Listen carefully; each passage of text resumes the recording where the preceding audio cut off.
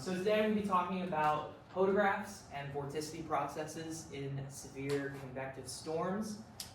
For anyone who is unaware, hodographs are kind of the gold standard for visualizing wind shear in the atmosphere. And just for a little bit of context on why hodographs are so important in severe forecasting, I'm going to show two cases, both of them with 3,000 CAPE.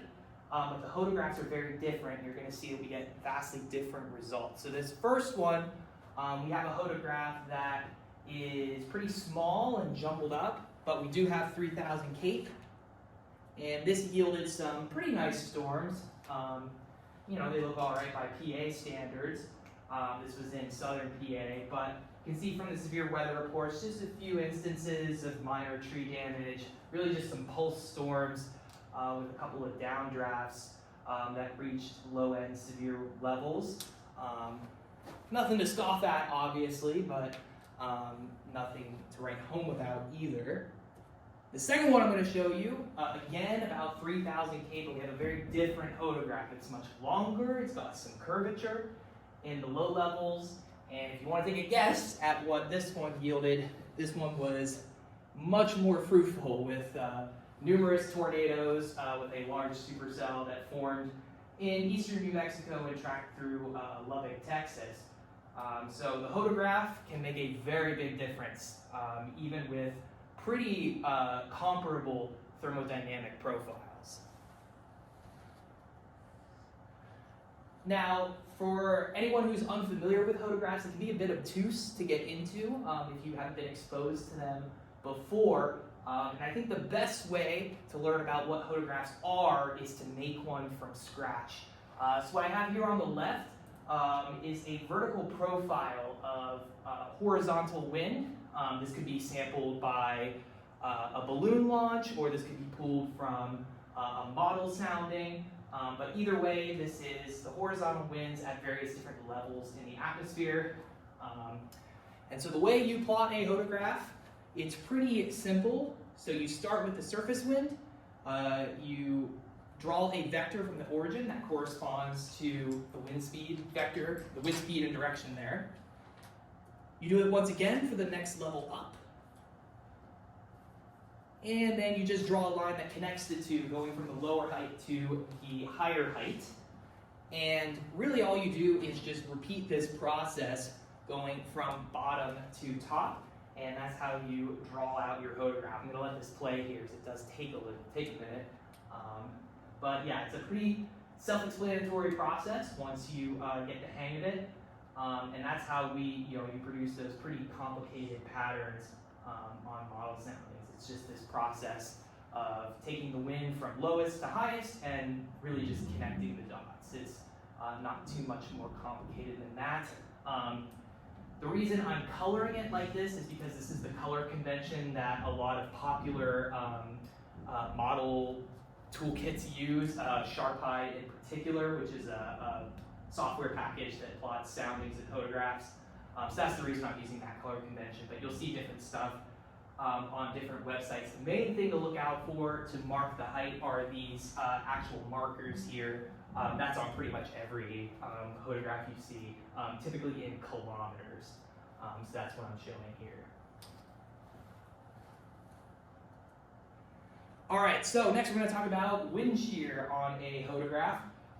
So the shear is just the vertical gradient of this vector wind. If we approximate that there, we can just approximate that as a finite difference. So we have just a small difference in the vector wind divided by a small difference in the height. That's just expanding that out there. And so we're going to do this same math on the left, but with vectors. So the first thing you do is you draw the wind, we're going to calculate the shear from the surface here to 3 kilometers. The first thing we do is calculate the wind vector, draw the wind vector to the 3 kilometer spot. We do the same for the 0, and now just a little bit of vector calculus. So the way you do subtraction is you actually flip the vector the other way and add them from tail to tip, and that yields your wind shear vector there. Now, equivalently, you can also just draw the vector from between the 2 points. It's mathematically the same. That's what people usually do, but I just wanted to show the whole process that you see where it comes from with the vector math. Another note is that technically what we've done is just show the bulk wind difference, which is just the difference between the two heights in units of velocity, so length over time. Technically, the shear is in units of 1 over time, so we divide that bulk wind difference by the height interval that we calculated over to truly get shear. However, in operations, shear and bulk wind difference are used interchangeably, almost always. This is an SPC discussion just from this past Monday, where they mentioned 0 to 1 kilometer shear of 40 plus knots. Technically, that doesn't really make any sense, but everyone kind of understands what they mean by that. Next, we're going to talk about vorticity on a hodograph. So what we have here is a side view of this shear vector. So we're looking at it from this direction over here. You can see this shear creates sort of a sense of rotation, and this is where we're going to introduce the right hand rule. So if you take the fingers of your right hand and you curl it with the sense of rotation, you get a vector that's pointed outward. And on this diagram, that's going to correspond to a vector that's 90 degrees to the left of this shear vector. So I'll just draw that in there. And the way you do that on the hodograph is you just make a duplicate and you rotate it 90 degrees to the left. Another important note, this is similar to the unit thing before. These aren't actually in units of vorticity, this is in units of velocity. What we'll see later is that the advantage of showing it like this graphically is that you can see relative differences in vorticity, but I wouldn't look too much into the exact lengths of these vectors, more their relative lengths. Again, because the units don't exactly work out. Next, we're going to talk about storm motion on a hodograph. You can typically break storm motion into 2 components. You have one that's just advection. That's sort of the mean wind within the cloud layer that's blowing the storm along. And secondly, you have propagation. This is motion that's not due to just the wind blowing the storm around. There are internal processes in the storm that cause it to deviate from simple advection. As we're going to see, this is very relevant for severe weather in particular. Just add the 2 vectors together and you get the overall storm motion.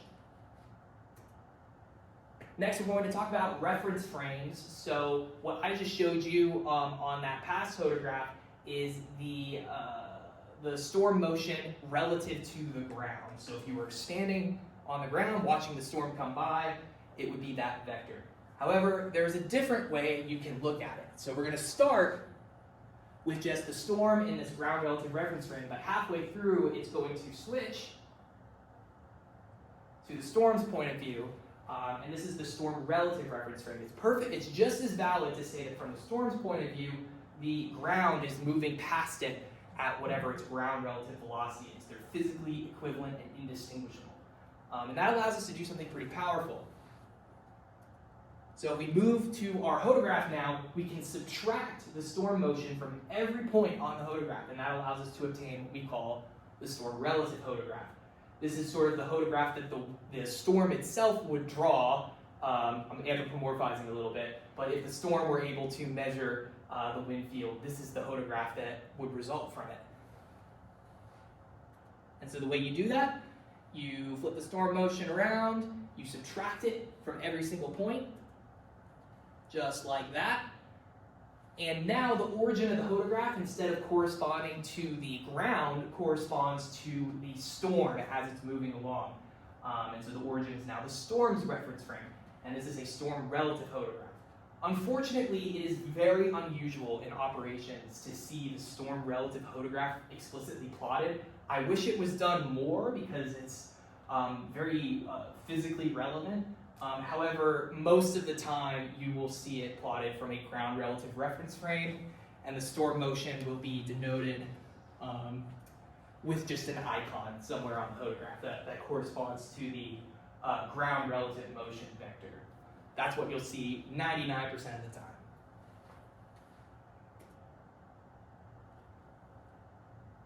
and this is just showing how you can get the storm relative winds from that typical hodograph situation.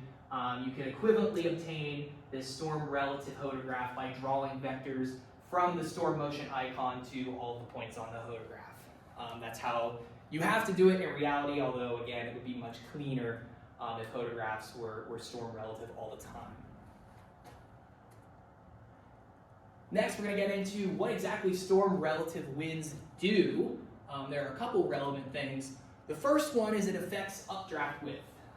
If you have strong storm relative winds, particularly in the inflow region of the storm near the surface, you get wider updrafts. Now, I will say this is kind of an interesting problem because it seems incredibly obvious the first time you tell someone, like, yeah, of course, you have more air coming in, the updrafts can be wider. But it's an interesting problem in that the more you think about it, the less sense it makes. And we still, I would say, don't fully understand exactly why this happens. But it's been demonstrated over and over again through both modeling studies and observations. When you have stronger storm relative flow in the low levels, you get wider updrafts. Why are these wider updrafts important? Well, you guys have learned less entrainment when you have wider updrafts, so you're able to keep more of your buoyancy. You produce more precipitation, which can have microphysical implications for how the cold pools of the storm develop, and you typically get larger hail because hail embryos can spend a longer amount of time in that wider updraft. Second thing that storm relative winds can do, kind of piggybacking off of the precipitation thing, they advect precipitation away from the updraft. So we have some precipitation particles here, some are bigger, some are smaller. We have this constant storm relative wind blowing from right to left, and what I'm going to do is show how these particles with different sizes and thus different fall speeds are advected by this storm relative flow. So we can see that the larger particle with its faster fall speed is still advected away from the updraft, but not as far. Conversely, the smaller particles are able to be blown further away from the updraft because their fall speeds are smaller.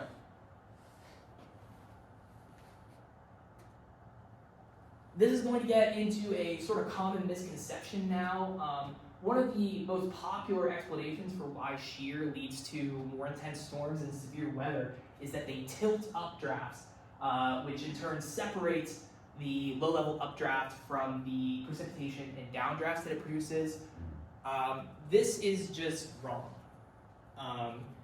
for a couple of reasons. The first one being tilted updrafts are actually weaker than their vertically stacked updrafts. There are a couple reasons for this. I would say the main one is entrainment actually goes up.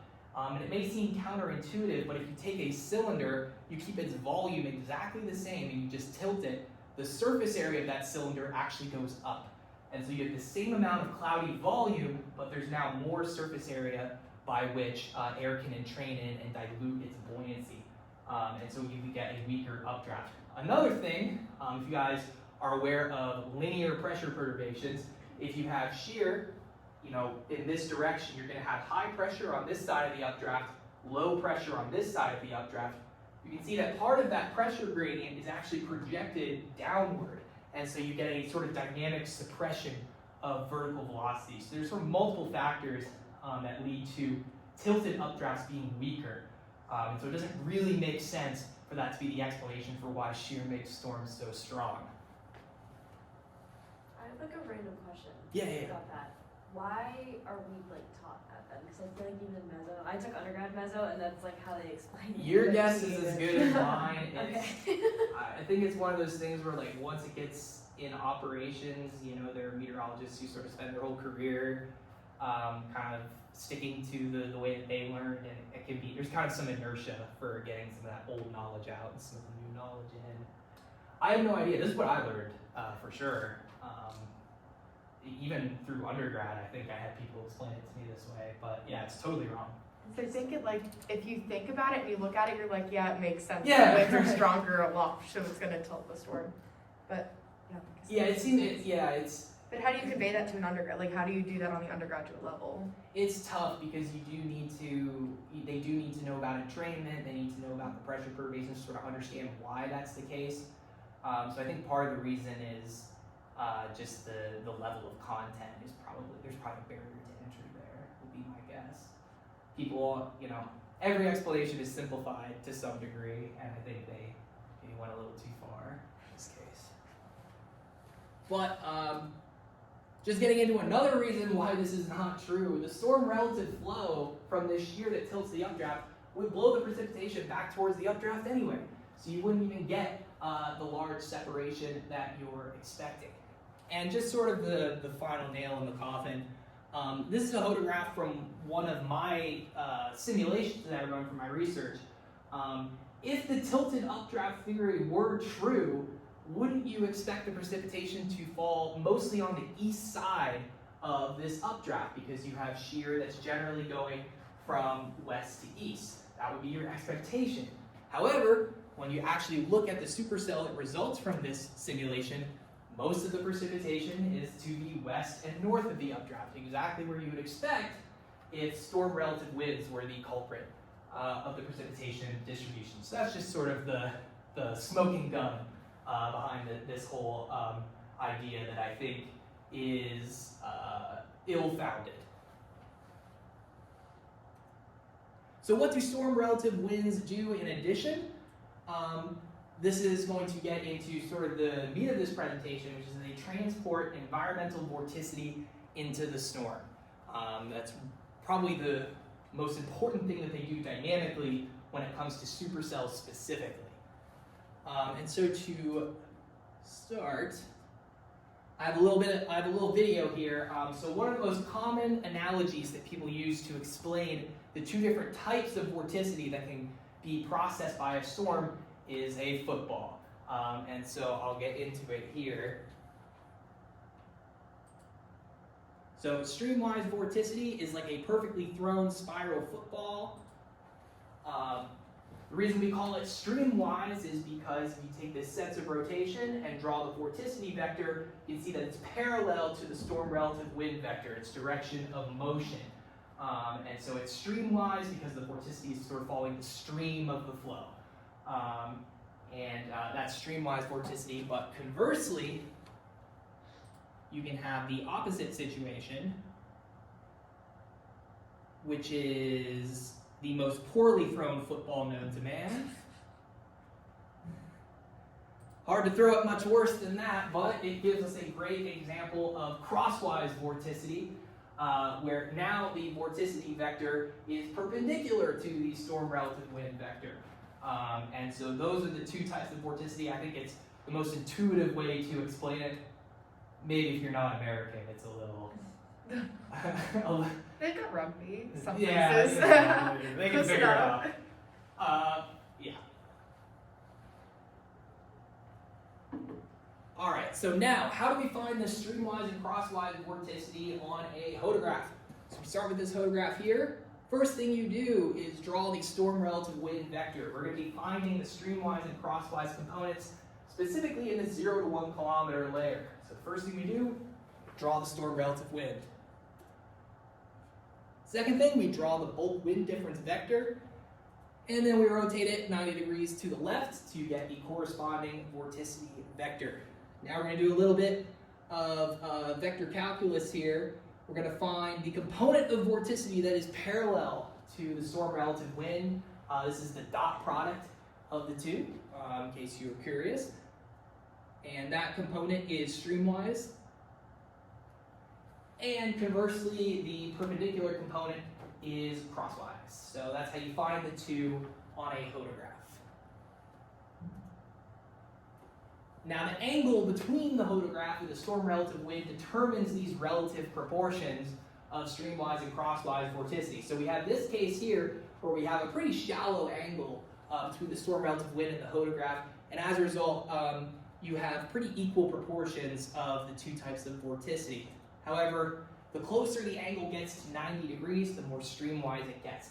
A larger percentage of it is streamwise, and the reason is that if you go through the math, you find that the streamwise vorticity is proportional to the sine of this angle, and the crosswise is proportional to the cosine. So that's the mathematical reason why this is the case. And now I'm going to do a little bit of a mathematical exercise. So we're going to start with this vertical vorticity equation. For those of you who have taken dynamics, you've seen this before, even if you don't quite remember exactly how to derive it. Specifically, we're going to be looking at this middle term, which is the tilting term. So you can imagine you have this tube of rotating air, and you have a gradient in the vertical velocity. It causes it to tilt, and some of that vorticity then gets projected into the vertical. So that's the vertical vorticity thing there. So now we're going to go through a little bit of a mathematical exercise. We're going to write just the tilting term of this vertical vorticity equation, and we're going to do something with it to show how it interacts with storms. So to start, have our equation here, partial w, partial y, partial u, partial z, minus partial w, partial x, partial v, partial z. What we're going to do is we're going to break this down into natural coordinates. So we're going to use actual physical processes in the storm to redefine our coordinate system.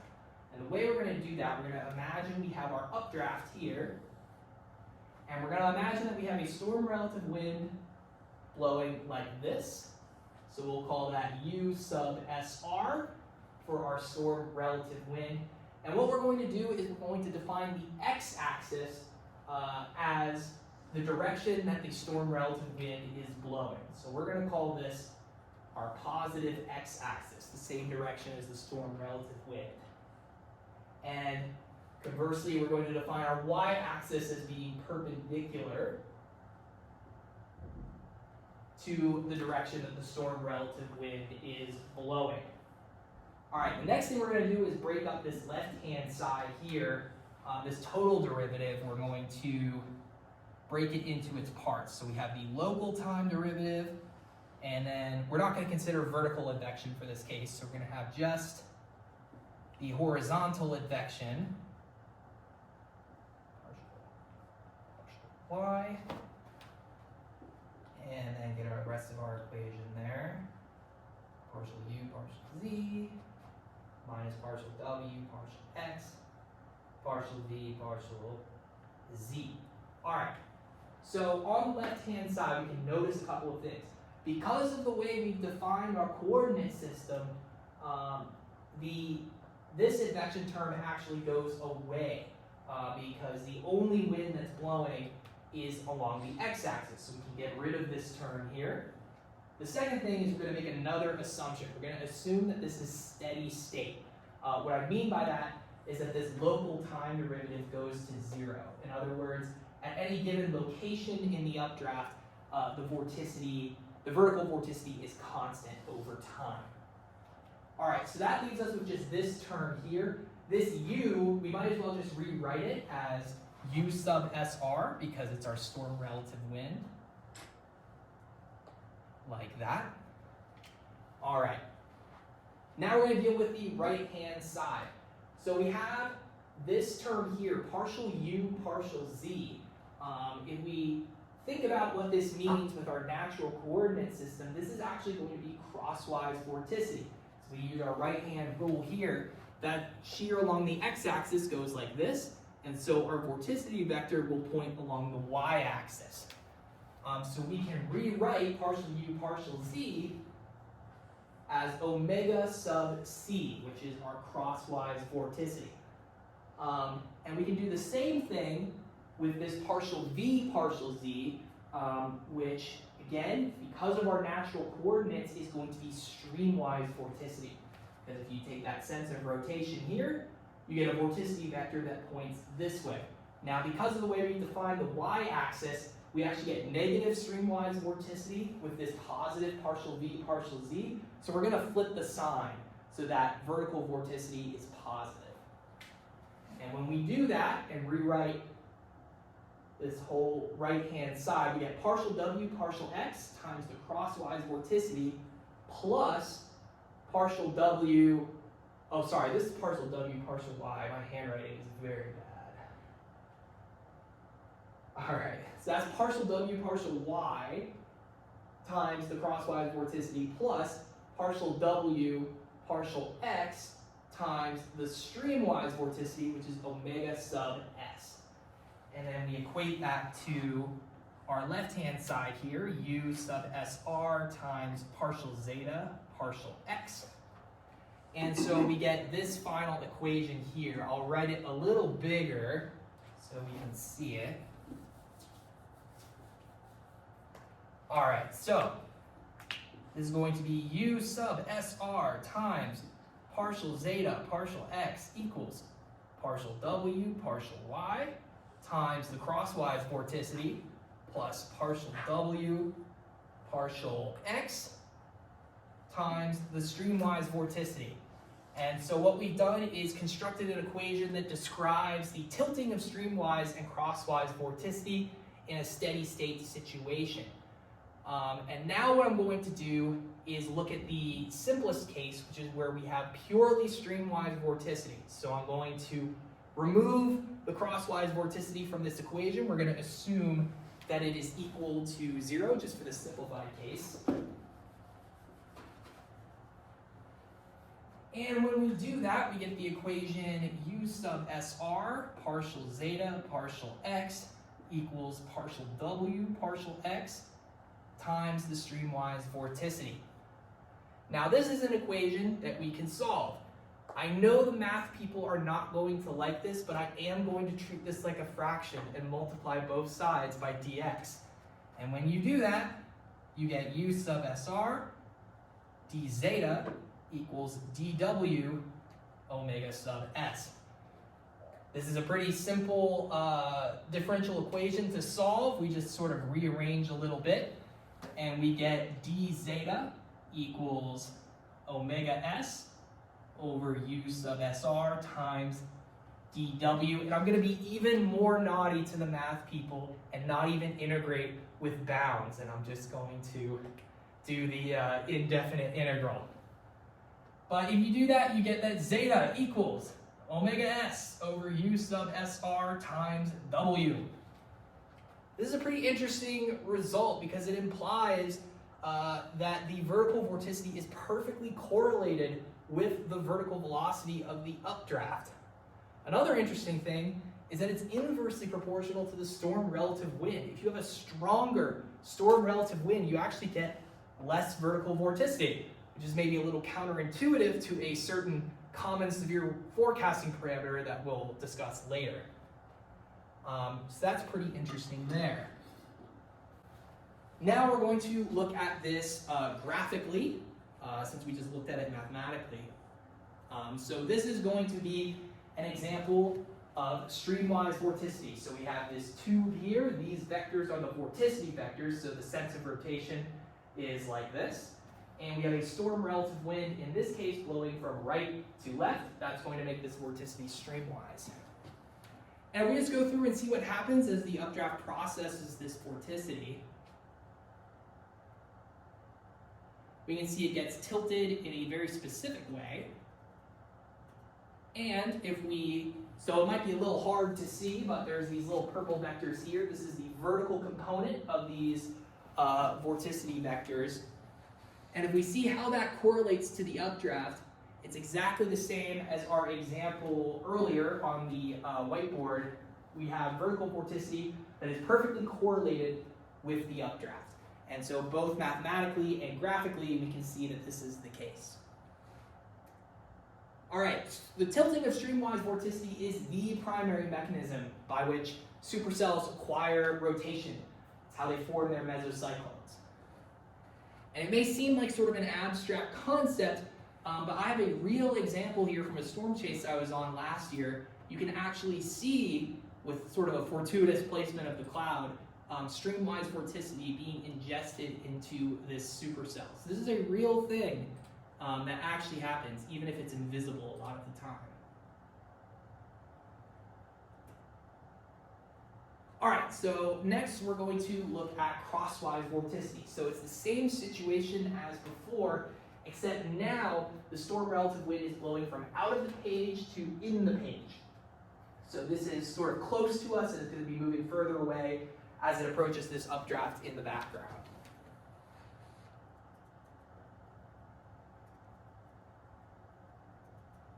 And you can see it gets processed by the storm in a very different way. And we do the same thing as before, where we look at the vertical components of this vorticity and then see how that correlates to the updraft. It's perfectly uncorrelated, a very different situation where it looks like your maximum vorticity is where the gradient in the updraft is at its maximum rather than the updraft itself. And I've put together a little bit of an animation here. So this is actually solving this equation here on the board, this streamwise crosswise equation. I've sort of put an idealized updraft in the middle, and what I'm showing, this red here is the positive vertical vorticity, the blue is the negative vertical vorticity, and this is sort of like a mock hodograph here, showing how as the angle between the hodograph and the storm relative wind changes, you get different distributions of vorticity relative to the updraft. And as you approach 90 degrees, you get that perfect one-to-one correspondence between the vertical vorticity and the updraft. But when that angle was very small, you can see that couplet. You have two distinct areas of positive and negative vorticity on either flank of the updraft. And that's important for storm propagation. We're going to get back to that idea there. So we have this final situation here that I just showed earlier. What happens is if, again, we go back to our knowledge of pressure perturbations, when you have perturbation vertical vorticity, you have a zone of spinning air that wasn't there before, you get low pressure induced. And because we have that on either flank of the updraft, you have two zones of low pressure that form on either side of the updraft.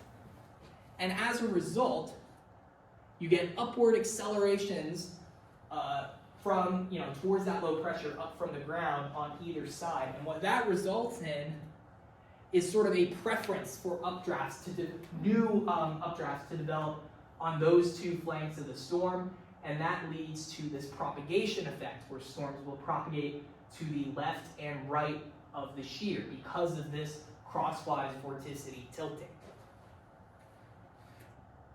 So, we're going to look at how this works on a hodograph. Nonlinear propagation is what we refer to this as. The first thing we're going to do is draw a shear vector over a deep layer. So this is, from the surface to roughly like halfway up the cloud. Next thing we're going to do, one half of the storm propagates to the right of this deep layer shear, and it gets called usually a right mover. Pretty self-explanatory, I would say. And conversely, as we saw earlier, another half of the storm will propagate to the left of the shear, and this gets called a left mover. And for anyone who's familiar with hodographs, has looked at hodographs a lot, this sort of pattern will look very familiar. And in fact, it is the basis behind the Bunker's storm motion technique, which is still the gold standard as far as I'm aware for predicting supercell motion. They do a very similar process where they assume that a supercell will propagate to the right or left of the deep layer shear. They of course use observational data and create a statistical fit for exactly how much that propagation should be on average, but the process is the same conceptually. This really happens in the atmosphere. I know it can be kind of hard to believe, especially if you live in PA and you don't get to see storms interact with shear very often. But loops like this are very common in the summertime out on the plains where you have really long and straight hodographs. Storms will split into like this pretty routinely. There's another way to propagate that's related to shear, and this is going to be linear pressure perturbations. So to start, we have, let's just say this is the 500 meter updraft here on the left. And so because on our hodograph we have shear from 0 to 1 kilometer, because of linear pressure perturbations, you're going to get high pressure up shear of the updraft and low pressure down shear. It's going to be fairly weak, of course, because the updraft is fairly weak at this height. However, if we go a little higher up, let's say to 2.5 kilometers, and then do the same thing, we can see that because of the extreme curvature of this particular hodograph, you have low pressure now forming above where there was high pressure lower down, and conversely, strong high pressure develops above where there was low pressure lower down.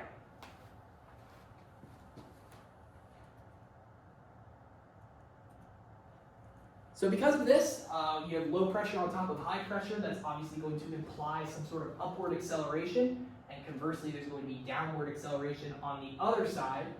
And so you're going to get generally updraft growth on one side of the updraft and updraft suppression on the other.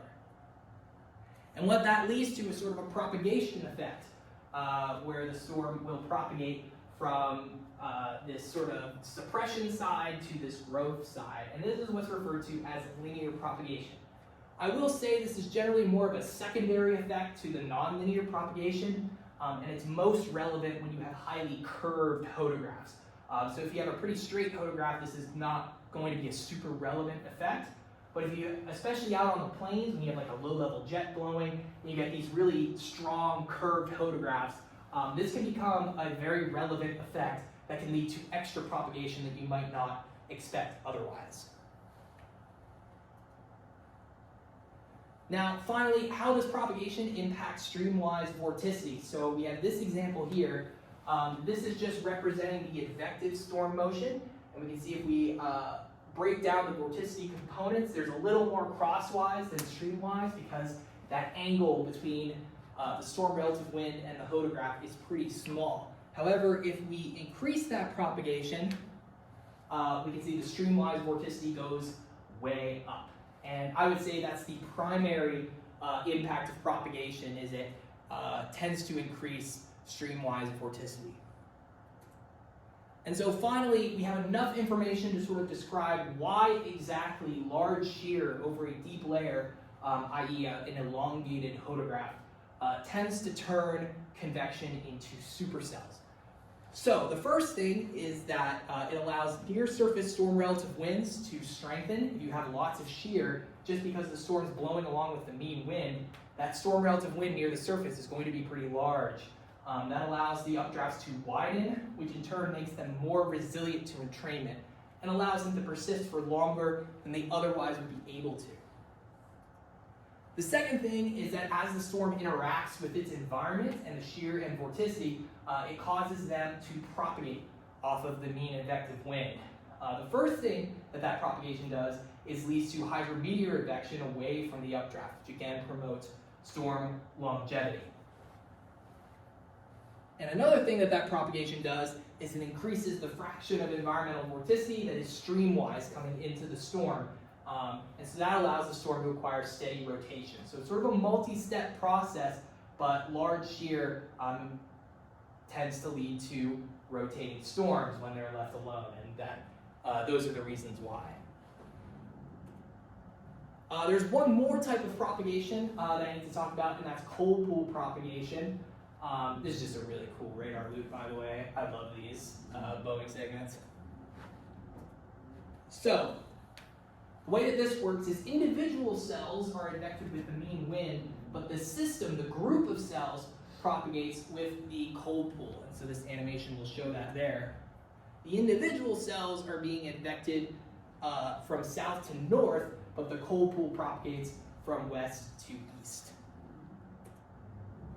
Now, how does this lifting along the cold pool work?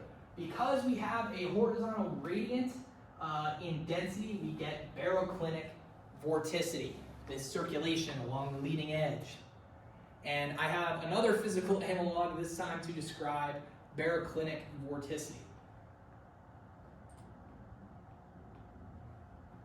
So to start, we have this bag on the left, which has 3 golf balls in it, and so it's representing a larger density air parcel. And on the right, we have just 1 golf ball, a smaller density air parcel. And so now, I'm going to pull them down on the rubber band. And the tension in this rubber band is corresponding to an equal pressure gradient force being applied to each parcel. And what happens when it's released looks a little something like that. So this actually leads to a sense of rotation because the lighter air parcel has less inertia. It is accelerated more by the equal pressure gradient force. And that difference in acceleration is what spins up vorticity. It's what we call the baroclinic term of the vorticity equation.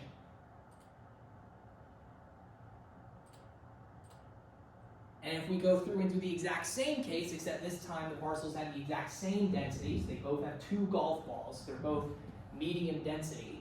And again, we're going to apply an equal pressure gradient force to each of these parcels, except now this time, because they have the same inertia, there's no rotation that develops. And so that's why horizontal gradients in density, where you have an equal pressure gradient being applied to both of those parcels, leads to rotation.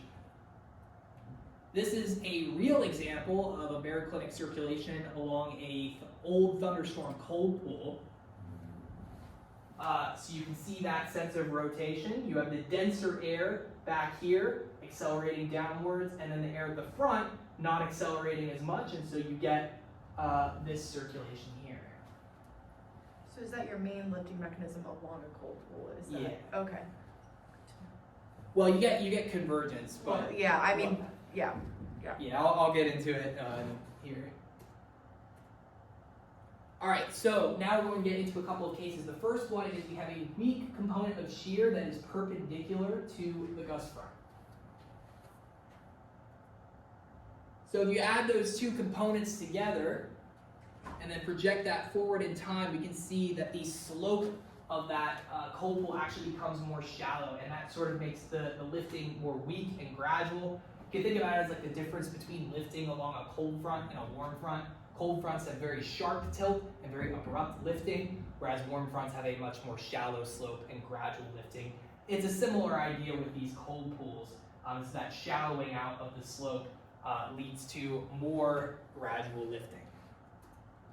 The second case, we're going to have a shear vector that has an equal magnitude circulation to the cold pool's baroclinic circulation. When we do the same exercise here and project it forward, there's no difference in the tilt. It remains steeply tilted, and that leads to strong and abrupt lifting. So in general, when you have strong low-level shear that's perpendicular to the leading edge of a cold pool called a gust front, that will promote strong lifting and additional storm development. So we can imagine two cases here. One where we have a cold pool that's sort of oriented from southwest to northeast. Most of that shear is parallel instead of perpendicular, and so you get generally weak lifting, maybe a few convective cells, but nothing crazy. And then the second case where you have something that's oriented more northwest to southeast, most of that shear is perpendicular, and so you get pretty intense lifting and convective development along that squall line. Finally, we're going to get into tornadoes.